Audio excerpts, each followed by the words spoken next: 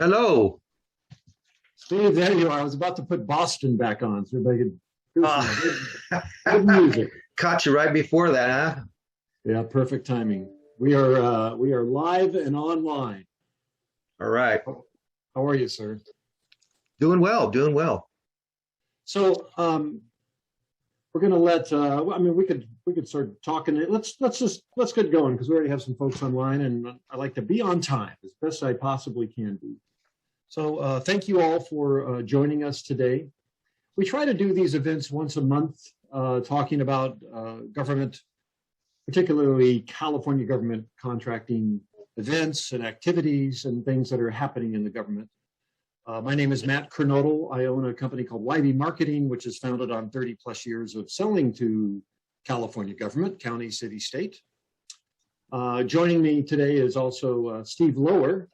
He does not have a video. Maybe that's just an excuse. Yeah, you got it right, He says man. he doesn't have video today. Steve, introduce yourself, please, sir.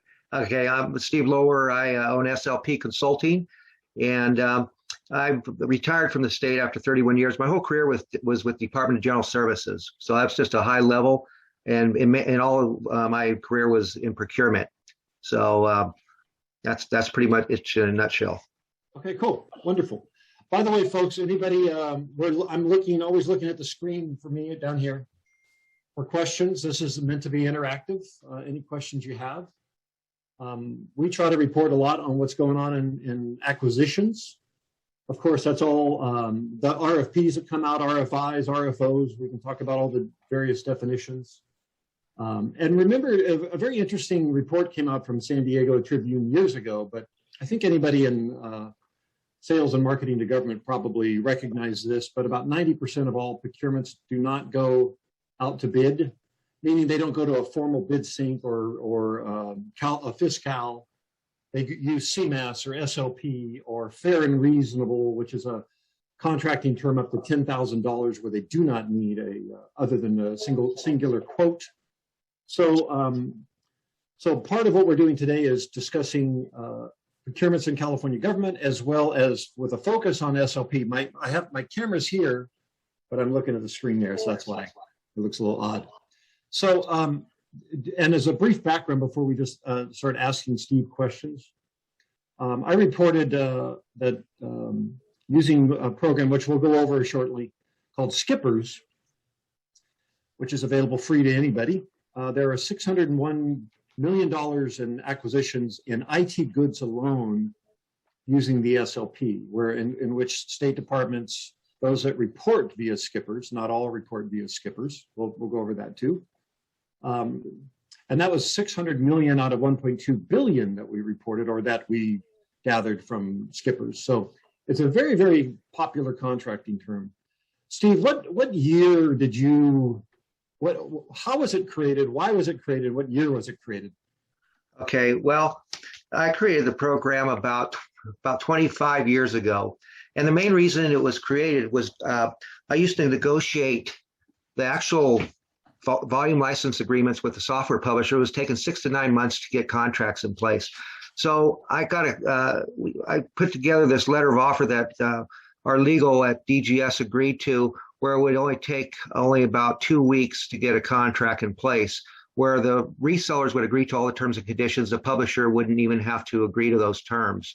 So I'm not going to give you a whole huge lengthy explanation, but that's really the basis of why the program SLP was put into place. And then I managed that program till I retired, but it was just taking way too long to get a contract in place with the software publishers and departments. They needed their software, right away. And so it was holding up departments from getting what they needed.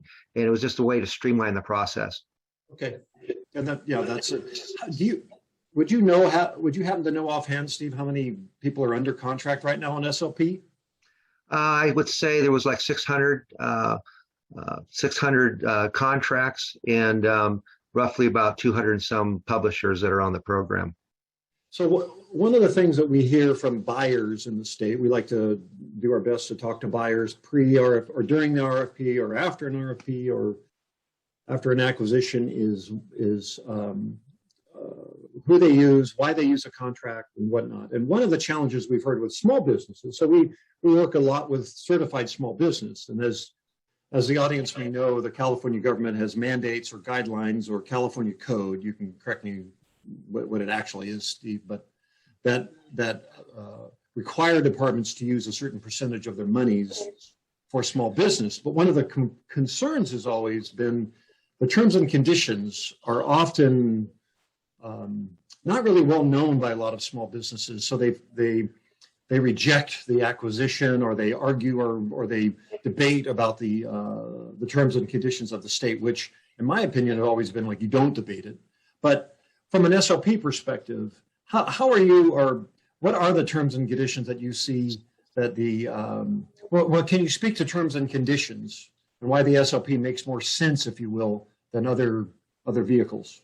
Well, this is the thing. What the small businesses and even large businesses don't understand on the terms and conditions, basically they're non-negotiable, but I know DGS is now being a little more lenient on looking at those terms, and they've gone through some revisions, and there's carve-outs which small businesses don't really understand how that works. They're carve-outs that state unless otherwise specified by a statement of work. And what that means is those are negotiable with a department, as long as the department is willing to negotiate. So if they understand the terms and conditions in those areas, if they can make some changes, that's definitely a lot of times a deal breaker.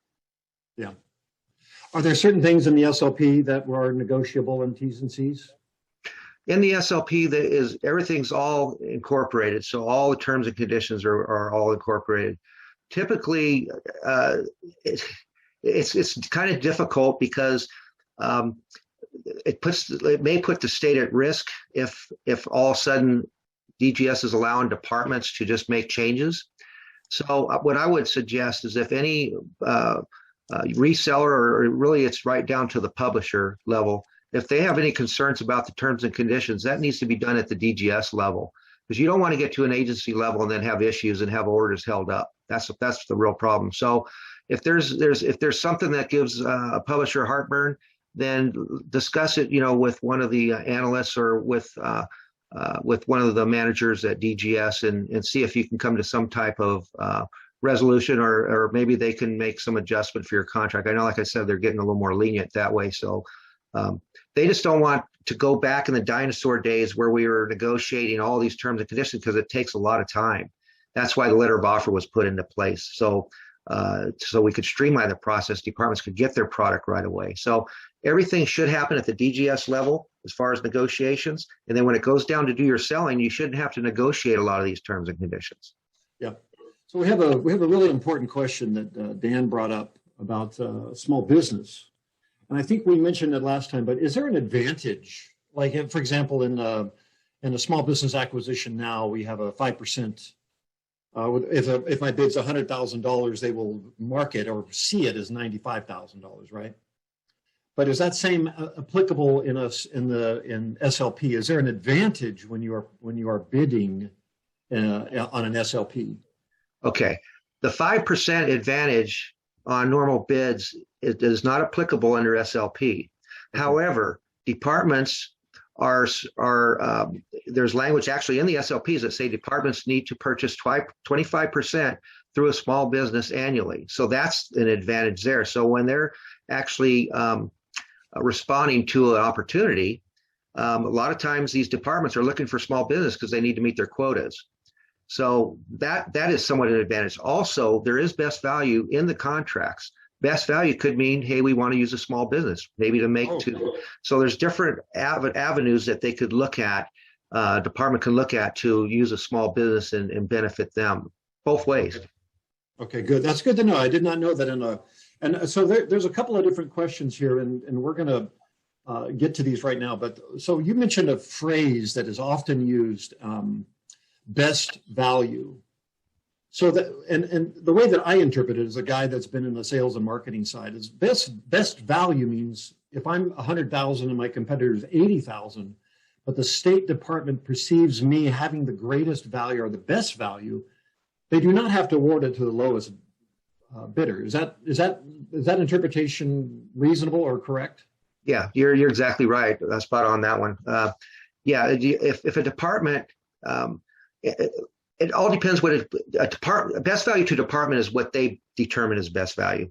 DGS is not going to tell a department what best value could be. It could be the dollar amount. It could be a small business. It could be other services that they're offering that are above and beyond what their response is, or basically what they're asking for. So, as you said, if a small business or even a large business offered best value in their response, that would add to that would add to best value to the department. I'm sorry. Then of course they could go with the higher response. They wouldn't have to. And I don't want to say bid because there is no bid. It's not a bid. I keep wanting to say bid, but I always say it by response. So yeah, that's you're exactly right there, Matt. So and that happens quite a bit. So yeah, that's a good advantage for a small business.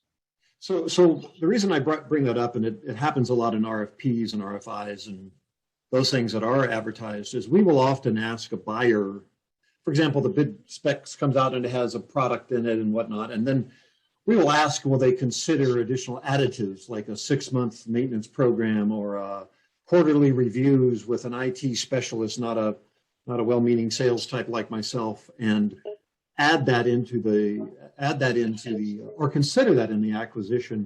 Are those examples of adding some value? Is that an example of added value in your experience, Steve? Yeah, it is. Like I said, it all depends on what a department feels is best value. So in their response, someone may offer implementation services. Let's say that the department needs implementation services. And then, of course, the department has to do a statement of work and all that. But that's probably the easiest way to show best value if you're a small business responding back. We call it an RFO, or request for offer, and it's really just a email. It's not anything intimidating like a bid or anything. It's just an email for those resellers to respond to per what the department is requesting, and they could actually add things to that another supplier didn't. And then of course their price may be, like you said earlier, be a little higher, but it's best value to the department to go with this supplier even though the price is higher because it's best value to them. Okay, wonderful. Thank you. I want to make sure that answers Dan's question. That's a very important. Again, most of all our businesses are small businesses in California, 98% or so, if I remember correctly, the numbers. That's a very, very important question. So again, it's not that it's going to give us a 5% preference, but if a department wants to award based on their leveraged or best value, as you mentioned, then they could award it to a small business. Correct. That's an important thing. Another couple of questions, and a question came up of where can a small business owner see all the SLP procurements? We're going to go over that. There's a free website that's under Fiscal from the state of California called Cal eProcure, and I want to show that to you. I want to show where we get all our numbers. That's a very, very important question. Sadly, a lot of it, of course, it's like the government's checkbook, so you see all the procurements that just happened or have happened over the years. But it's an important tool that we use when we're calling on a department or whoever it may be. Steve, another question that came up: if someone has a proprietary product, how would they get on the SLP? What's the process of speak to the proprietary nature of a product, and then also just getting on the SLP, if you would. Right. So when you mention proprietary product, most of the products out there are proprietary. However, to participate under the SLP, you have to have a minimum of 3 resellers. It has to be competition. So I don't know how proprietary that product is, or if there's a reseller channel that is currently underneath that umbrella. But of course, if you want to add your products to the SLP, they have a portal that you have to go in and sign up, and then also they'll send you the paperwork. And in fact, if you need assistance, I can help you on that. But what you have to have resellers. That's the key thing here, and a minimum of 3 to actually participate. So if that's an issue, then it's a deal breaker. Okay. So it is, and the way you just described that is, so the The proprietary product would be like Salesforce, for example, or Zoho CRM or whatever, Oracle. Correct. And then, I'm sorry, that would be the manufacturer. Then the product would be a database or NetSuite or whatever the product may be. So that publisher is coming to the states, to the Department of General Services to offer that. And then as part of the submission, they have to have, did you say a minimum of 3? Right. You have to have 3 resellers. You have to have references from 3 separate state departments requesting to add your firm, and I can help on that if someone needs help. And there's certain forms you have to fill out. And just remember, the reseller is actual responsible on that contract. They have to agree to the terms and conditions, not the publisher. The publisher signs a letter of offer. It's more like just a letter of supply, but the resellers take on the responsibility. Gotcha. Okay. All right. So then essentially a publisher really needs to work hand in hand with their small business team. Is there a maximum amount of folks that someone, IBM or somebody would have on there that you suggest? The maximum is 6. However, it's up to the publisher. If 3 is enough, I would always go with 4 as a buffer in case you want to remove one or you want to add one. You always have to have 3 at any given time. So to have 4 as a buffer keeps your contract active. Okay. So that's another good, I'll make sure. Okay. Another good question. Does that happen often where you find that it sounds like a buyer in the state needs 3, or can they document that they tried to get 3, only get 1 or 2 and still award a contract? Or do they need 3 all the time from an SLP? You're talking about on an opportunity? Yeah. Okay. So the way that works is if you solicit 3, anything over $10,000, you have to solicit at least 3 resellers. If only 1 responds, then you can document your file that the other 2 didn't respond, but you need to document that in case you get audited.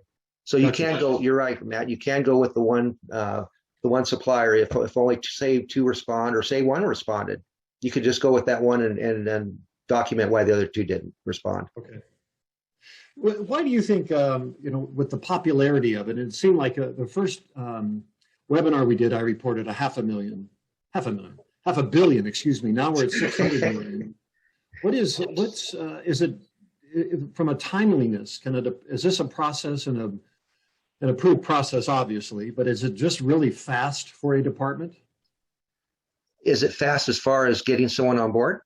Well, I'm sorry. Once you're established as an SLP and you want to buy a product, is it a fast process for that person to procure something and get it in their department's hands?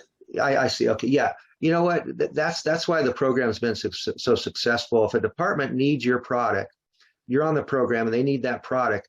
They send out an RFO, which was called a request for offer, and then if they could put in that RFO that I need that product in 1-2 days. And that's how fast a department can get their product. And then the resellers respond to that. And, or if they need it in 3 or 4, it just depends. So it just makes it such a real quick, and also there's no protests. So that won't hold up the process either. Yeah. That's very interesting. Do you see it? I don't know if you track all of this with all the acquisitions, but are there some departments that are holdouts, they don't want to use the SLP, or is SLP just growing in popularity? SLP right now is one of the most popular programs. It's because it's seamless. It's seamless for a department. All the terms and conditions have been negotiated for them. The pricing has gone through a third-party consultant firm. Everything's done for them. They love that program. They don't want to have to do bids and have their products held up because of a protest. So it's really the most popular. I'm not trying to toot my horn and all that, but it's just a simple process for the departments, and that's what they look for. You can toot your horn. It doesn't matter. I don't mind. That's why I called my firm SLP Consulting, because since I created it, I figured why not just use the name. But anyway, no. But yeah, that's it. It's a very seamless program. Very, very easy to use. Okay, Dan asked another really good question, because this popped up, came up in a conversation with a notable data department. Everybody knows CDT, or California Department of Technology, but we ran into recently the SLP Plus.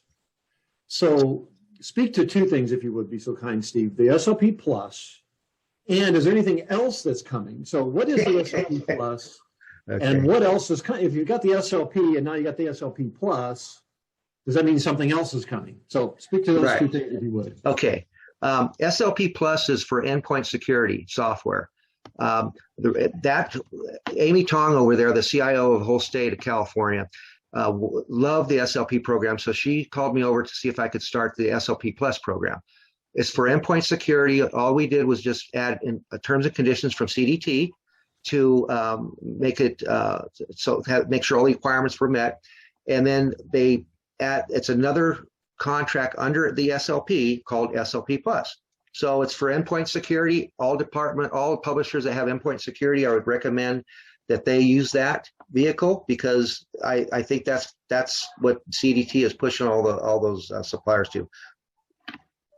Does that have, so then those in endpoint security, which I know we can look at, we might be able to look that up. I'm sure we can look that up too. I believe that's like CrowdStrike, for example. Exactly. So that was crafted to create another, I'm sorry, it was almost sounded as if it were a very popular area. So they crafted a extension, if you will, for the SLP to make it easy for the people who are looking for endpoint security just to look at those vendors and not have to look through the whole list of SLP. Is that exactly? And the thing is, the VHSS contracts, vendor hosted software service contracts at CDT, were all bidded, and they took forever to put in place. A lot of publishers were not able to participate. A lot of publishers lost money because they spent a lot of money responding to those contracts. So it just, and also there wasn't any, most of those contracts don't have services. So it allowed, like you said, Matt, it allowed a vehicle that was very easy, allow more competition. All publishers that meet those requirements can be added to that SLP, to the SLP Plus for endpoint security. And also the services. It allowed departments to get services now. So it was really a win-win all the way around. So then does that, if I'm submitting for the first time and I want to be on the SLP Plus, do I get the SLP first and then I get the SLP Plus, or do I go after one or the other? Okay, so if you offer just offer endpoint security, you just get the Plus. Okay. I recommend if you have both on your contract, you have endpoint security, you have other cloud software as a service, you maybe have on-premise software, stuff like that, or you have other services, then I would go for both contracts. Okay. All right, good. Thank you.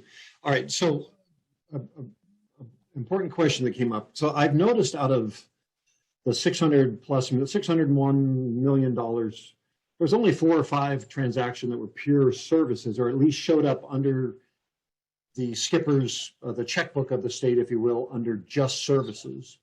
So from a procurement standpoint, this is intended to be software and all its related products. I'm sorry, all its related services, if you will, maintenance, for example, but not professional services. Is that the way to think of it, or how would you separate the two out, or those out? So what's available on the SLP is your software maintenance support, training, installation, and implementation. There is no consulting services on the contract. As we all know, when you get into implementation, it's a gray area whether it's consulting or not. However, as long as you're identified as just implementation, then it's allowable under the contract. So yeah, it's not, consulting is not available currently. I'm working on that to see if I can get DGS to kind of take another look at that and possibly add it.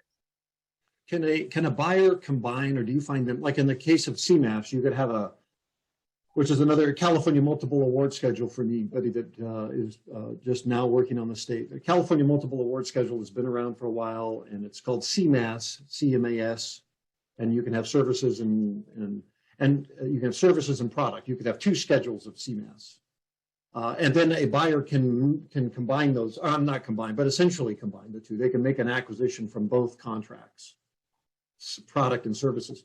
Can we do any combination on the SLP, or is it kind of a singular acquisition, or is it really up to the buyer in the department? Okay, this is how it works. If you buy product, let's say you bought some cloud products and you didn't purchase implementation at the time, years ago, you weren't able to add services after the fact. Now you can. So you can purchase your product now and buy the services later. So as long as it's purchased under the SLP, DGS allows implementation of that product after the fact. So you could buy the services after. You could buy them all at the same time, but that's a key thing there, question you have, because it wasn't allowed years ago, and now it is allowed. So you could buy off the SLP and then say, oh, I'm going to do a small business transaction, for example. and I'm going to get $250,000 or $200,000 worth of services after to help with that SLP. As long as the agency purchased product under the SLP that the services are being provided for.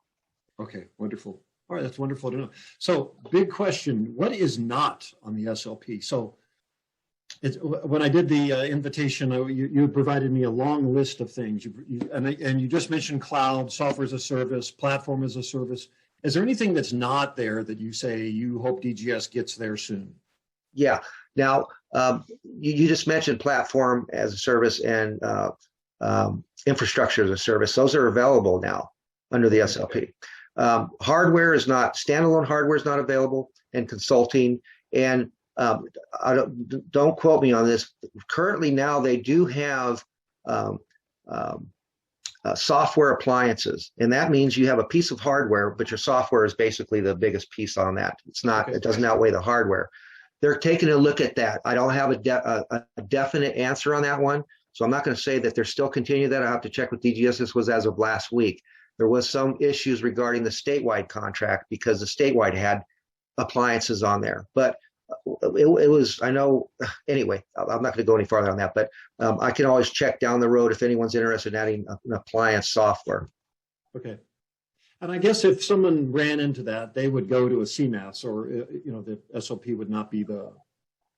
Yeah, the whole thing, Matt, on that was if we require a department to purchase the software and then the hardware separate, there's just the little box separate, it's costing them a lot more money. So it made sense to bring them together, and as long as the software outweighed the hardware, then it was not a problem. It called a software appliance, and that shouldn't be a problem. But like I said, it all depends on what they promised on that statewide contract, other suppliers. So, but I don't see it being an issue, but so far they're talking about it at DGS.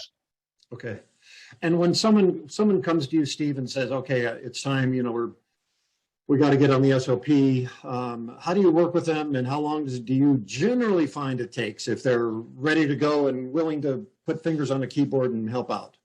Well, provide you what you need. I mean, that's a good question, because it can take any time.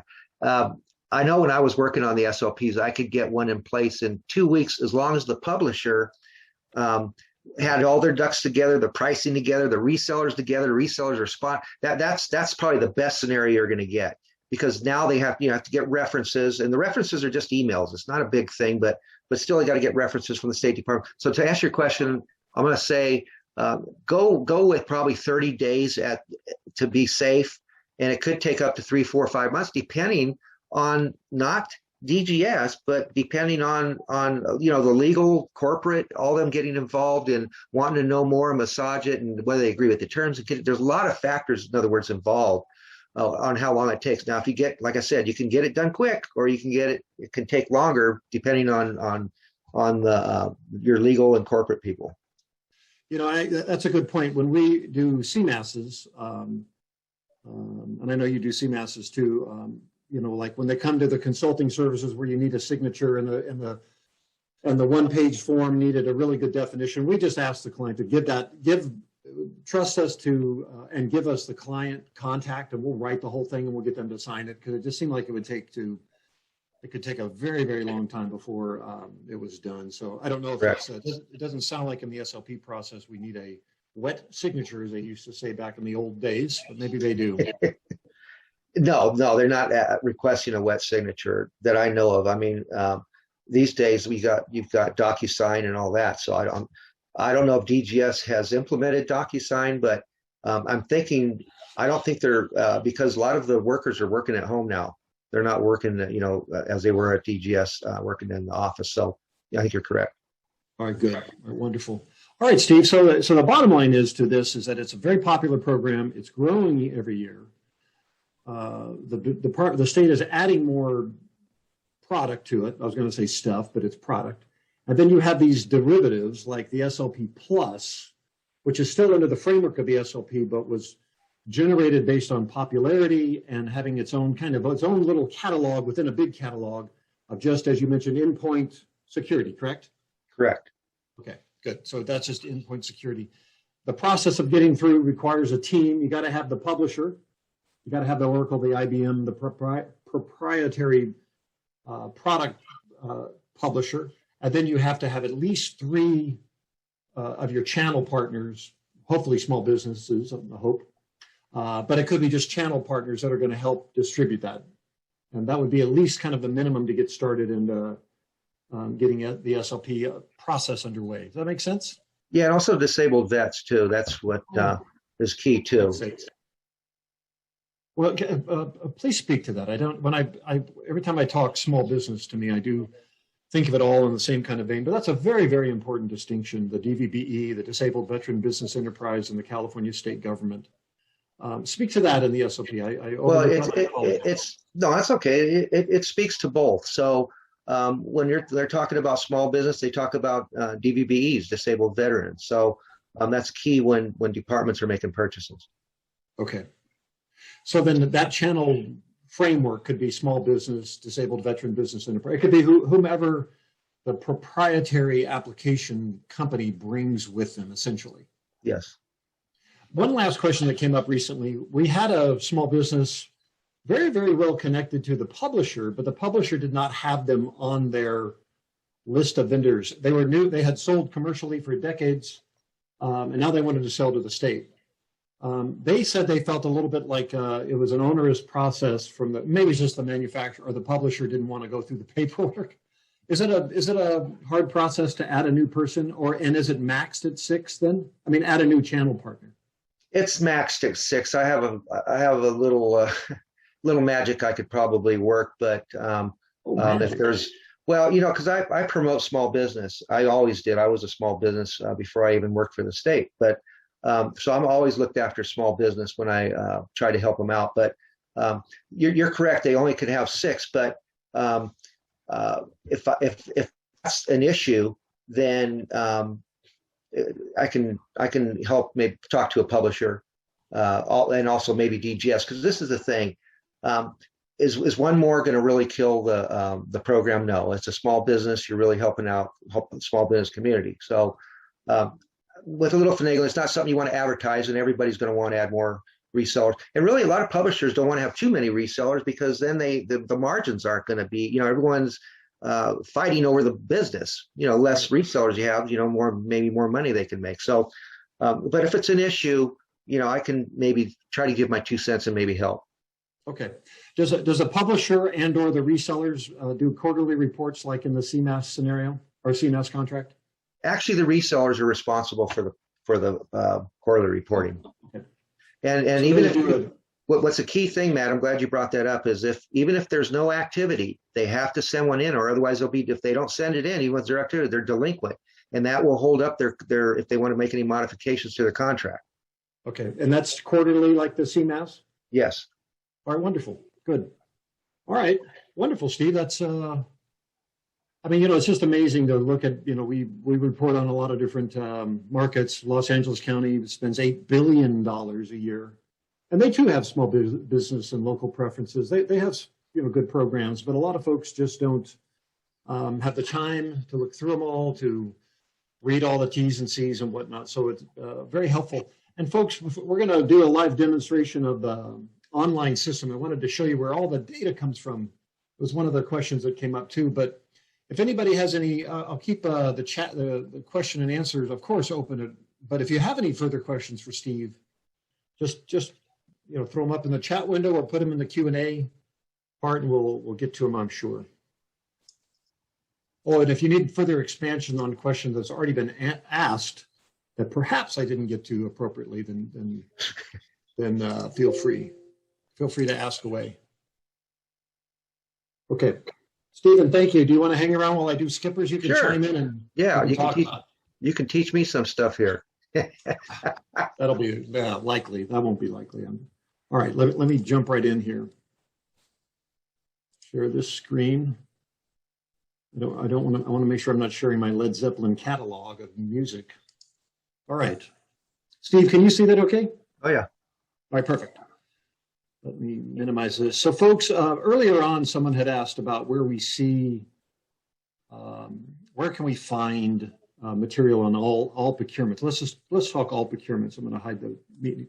So this is a website that's called Cali Procure. If you look up here in the top left, caliprocure.ca.gov.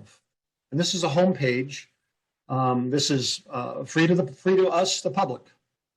And you can do a lot of different things here. You can register your small business with the California state government. You can look at the various state contracts. And you can look at what I enjoy doing. I'm one of those people that likes to, I was going to say crazy people, that likes to look at past procurements. And what you saw on that screen was something that I referred to as skippers, SCPRS, skippers. That's always been the acronym used over the years, skippers, State Contracting and Procurement Registration System. And what this is, it's a checkbook, really, of all of the reported acquisitions for the California state government, covering years of acquisition. One of the questions that often comes up, well, who does not have to report? Well, anybody that has their own, what I understand from Department of General Services, any department that has their own financial system outside of fiscal is the state's financial system. So that would be the kind of the biggest departments do not have to report into skippers. So you see up here, fiscal skippers in the left column. I'm sorry, the left part of the screen. Again, this came from Cali Procure, the website. Past purchases right here, the link I clicked on, and now we're here. But now when I say that, I have yet to find somebody who has not reported. So I thought, well, maybe the Public Employment Retirement System called CalPERS, or State Teachers Retirement System called CalSTRS, or big old Department of Corrections and Rehabilitation, or Department of Justice. But I find their procurements here. I don't know if they're all there, but I find them. I even find some of the CSU systems, some of the educational groups in here, some of those facilities. So when you go to Skippers, you see this a little bit maybe older school looking screen. I'm an older guy now. I can use the phrase old school. And you can do a variety of things. You can type in a keyword. If someone had a keyword, and let's type, oh, I don't want to type. Give me a keyword, Steve. Keyword IBM. Oh man, that's going to pull up a big. So if I pull it, I could say IBM, and I could give a date range. There are some mandatory fields, but I could look at a date range. Let me just go from July 1, 2020 to today. Yeah, that's fine. Bam. Now, one thing about Skippers that's a little funny to me, when I press search, I didn't see anything. When I first looked at this years ago, I was looking for something spinning. It's actually up here in the right corner. See, that's how we know it's working. It sounds silly on my part, but I often would keep clicking, but it's up there in the right-hand corner. Anyway, so I just did a search on the keyword IBM. This assumes the buyer typed in the keyword IBM. The acquisition had the keyword IBM. And then you look at all of the procurements in this chronological order. And there's our friends at Wavestrong right off the top, Dan. Awesome. And you see the department name, the purchase document, and the description, the reseller. And then what I look at is the acquisition method. So this is fair and reasonable. So this is the SOP, what we're just talking about. So this shows us some really important data. So we use this kind of data for a couple of different reasons. Like, why would I go back in and look at all of this data? Like, I've worked in the document imaging industry for decades, and with people like Laserfish and even IBM and FileNet. So we will use this kind of system to go back in, not looking necessarily, although it's an important, all of them are important, but we might look at when was the last time they renewed their FileNet maintenance, for example, or some data, and then we will then approach that department with that kind of data. As we all know in sales and marketing, it's so much better to have data that you've done your research with a buyer, with a department, rather than calling and, back in the, again, old school days, hey, what do you guys have? Well, we don't ask that anymore. We haven't asked that question to departments in years because we can look. And now we can ask them, oh, I saw that you had a procurement done with IBM using IT goods, and the MB and the SB micro business or small business. So now you're getting a sense of how they acquire. Do they use a DVBE program? This is just again, the checkbook of using the key phrase IBM within a little bit more than the last year. And I think of what I saw at the top of that was 152 acquisitions of using that phrase. Now, let's change that to FileNet just for fun. And I'll click search again. Now, what's also very nice, and I'll show this to you too, is you can do things like we like to do is download the Excel spreadsheet or the CSV file, excuse me, and then use that to slice and dice up the information as you want. We will use that also to contact a buyer. Many, many buyers are very, very friendly. Some are not, and that's okay. That's, they might be buried. Remember often, and Steve, you could speak to this, the buyers, in my opinion, are following the guidelines. They're following the law. If they need 3 quotes, they're going to get 3 quotes. Often, the only way they're going to add my companies that I represent to their list is by kind-heartedly pursuing them, if you will. From my standpoint, I send them news. I send them what's called statement of qualifications you'll hear about from the Department of General Services, just a 1-page sheet of the things you're doing, the certifications you have, and the contracts, most importantly, that you have, and your small business certification to these buyers, and then stay in touch with those buyers in this process. So that's how we start using this data that's available to anybody to search. And again, all I did was go to the Cal eProcure website, free website. I'm in Google Chrome. I can look at bid opportunities in the state by keywords in the same manner. And then like I'm doing here, I'm using Skippers, as it's called, to go back in and look at the California State checkbook. So that's what this is. Then once we have the data, and here's a bunch of FileNet acquisitions, you can look at another hyperlink here is a purchase doc. If I click on that purchase doc, it will then show me the acquisition of the quantity and the price paid. That's also really, for us, that's wonderfully important. There's some markets where somebody says, I don't know if I can pursue that. I don't have that leverage. I don't have that kind of dollar to offer. I can't discount that low. We ask them, of course, to think about their leverage, their best value statements, whatever makes you unique that you could add into a procurement, that you can offer to the department.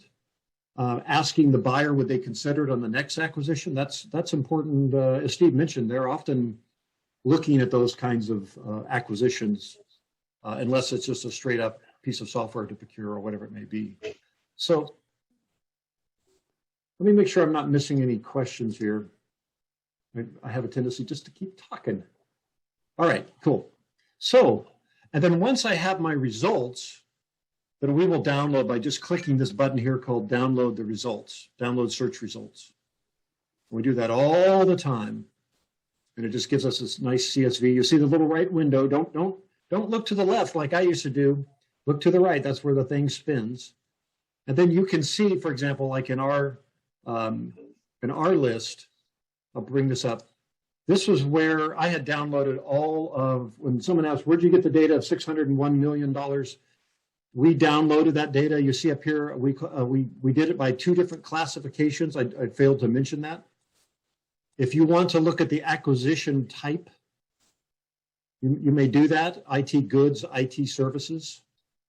So we will do those searches. We ourselves do those searches to get our research.